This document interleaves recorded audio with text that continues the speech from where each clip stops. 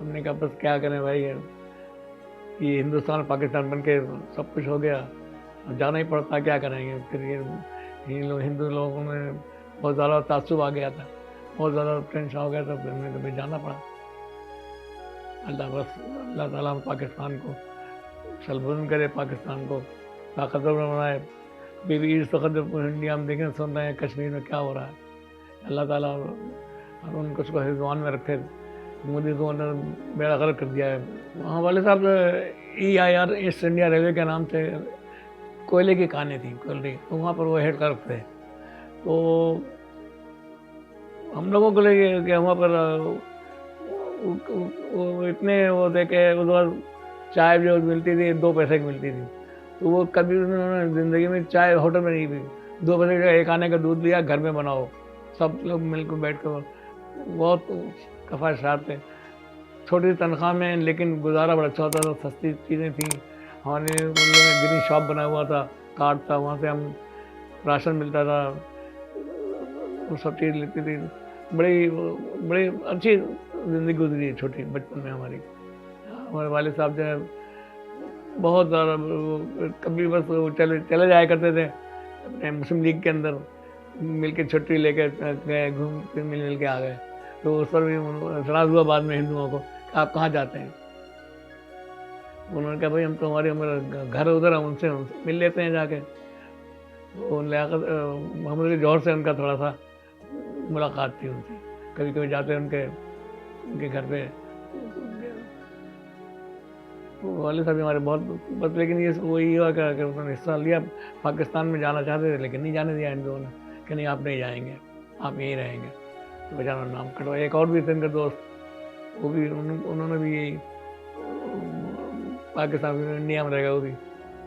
پھر والد صاحب 58 میں پھر پاکستان آ گئے، ریٹائر ہو گئے، پھر وہ آ گئے یہیں. پھر یہی انتقال ہوا ان کا. جب تحریک پاکستان شروع ہوئی تو ظاہر ہے ہندو لوگ نہیں چاہتے کہ پاکستان بنے. اس میں تعصب پسند بہت زیادہ لوگ تھے، وہ نہیں چاہتے پاکستان بنے. لیکن یہ ہے کہ قائد اعظم کو اللہ تعالیٰ بخشے، انہوں نے ان کی ہمت سے، ان کے زور سے، ان کے پیچھے ایک مسلمان بچہ مرنے کٹنے کو تیار تھا. وہ چاہتے تھے کہ ٹھیک ہے پاکستان بنے گا. قائد اعظم نے بھی بہت زیادہ ہمارے مسلمانوں کی بہت وہ کری کہ پاکستان چلو آؤ. اور یہاں بسوں آ کے لوگ آ گئے، راستے میں گاڑیوں میں آ رہے ہیں، کہیں آ رہے ہیں، راستے میں سکھوں نے حملہ بھی کر دیا. ٹرینیں کٹ گئیں مسلمانوں کی، کئی ٹرینیں کٹ گئیں. ہم لوگ کو معلوم ہوتا تھا اس سے آہستہ آہستہ ٹینشن ہونے شروع ہو گئی تھی. جہاں رہتے وہاں بھی ٹینشن شروع ہو گئی تھی، مسلمانوں کے خلاف ہو گئے تھے. لیکن یہ کہ بس کچھ لوگ تھے جو اچھے بھی لوگ ہندوز میں تھے، مسلمانوں میں، انہوں نے ان کو ہر سپورٹ کر کے ہونے نہیں دیا.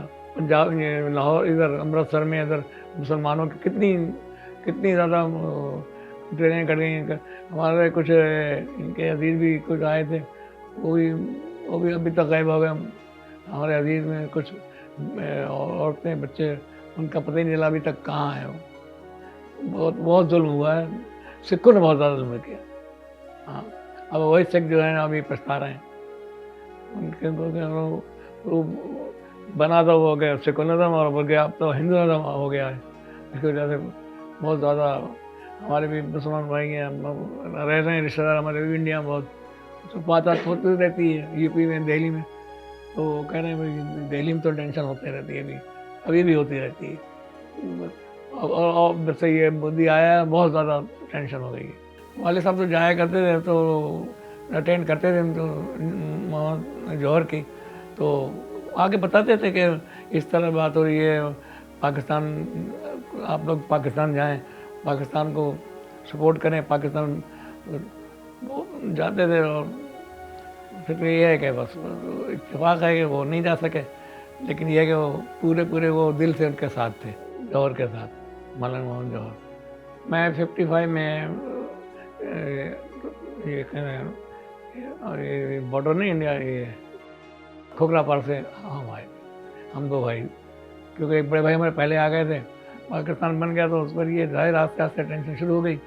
والد صاحب بھی ہمارے پھر کہنے گھبرانے لگے. جب انہوں نے ہم لوگوں کو بھیج دیا پہلے، تو جاؤ ہم بھی انشاءاللہ ٹریولنگ کو آ جائیں گے، کیونکہ آپ کو کہنے کہ یہ ملک رہنے قابل نہیں رہا، تو مسلمانوں کے دشمن ہیں یہ، کہ ہر حال پہ کچھ بھی کرو یہ باز نہیں آئیں گے، کیونکہ ان کے گھٹی میں ہی پڑا ہوا ہے مسلمانوں کو، لیکن یہ اوپر سے کچھ ہوتے ہیں، اندر سے کچھ ہوتے ہیں، اس وجہ سے وہ ان لوگوں نے ہمیں ہم لوگ آ گئے 58 میں بھی آ گئے، یہاں آ کے ہم لوگ پھر پہلے وہاں رہے حیدرآباد میں، پھر ادھر پھر کراچی آ گئے، پھر کراچی میں اپنے رہے، یہیں ہمارے کورنگی میں بھی رہے ہم لوگ۔ وہاں والے سب یہ کہتے تھے کہ بھائی ہندوؤں سے کہنا رہ تو گئے ہم یہاں، لیکن یہ دل سے خوش نہیں ہے، اس لیے کہ وہ قائد اعظم کے دشمن ہیں اور مسلمانوں کے دشمن ہیں، اس لیے آپ جو ہیں آپ لوگ چلے جائیں، ہم بعد میں رہ ہو کے آ جائیں گے۔